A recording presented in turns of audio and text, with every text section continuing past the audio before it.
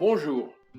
Pour cuisiner facile, de manière peu onéreuse, tout en mangeant sainement, j'ai réalisé aujourd'hui une frangipane aux amandes et noisettes à ma façon.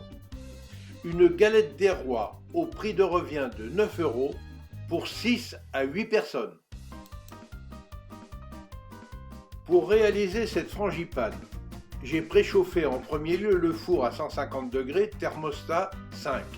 Pendant ce temps, j'ai rassemblé les amandes effilées et les noisettes entières dans un robot de cuisine afin de les moudre ensemble au dernier moment, ce qui permet de conserver tous les arômes et les goûts de ces deux fruits, riches en oméga 6 pour l'une et oméga 3 pour l'autre.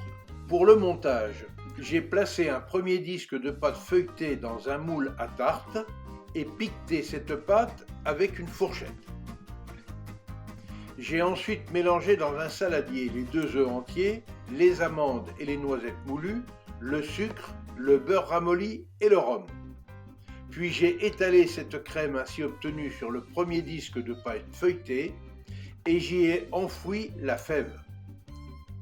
J'ai alors recouvert avec la deuxième pâte feuilletée en veillant à bien coller et ourler les bords des deux pâtes.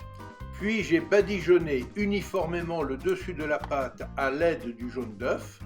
J'ai piqué le dessus avec la pointe d'un cure-dent pour éviter un trop gros gonflement de la frangipane. Il suffit maintenant d'enfourner durant 30 à 35 minutes à 150 degrés en vérifiant régulièrement la cuisson.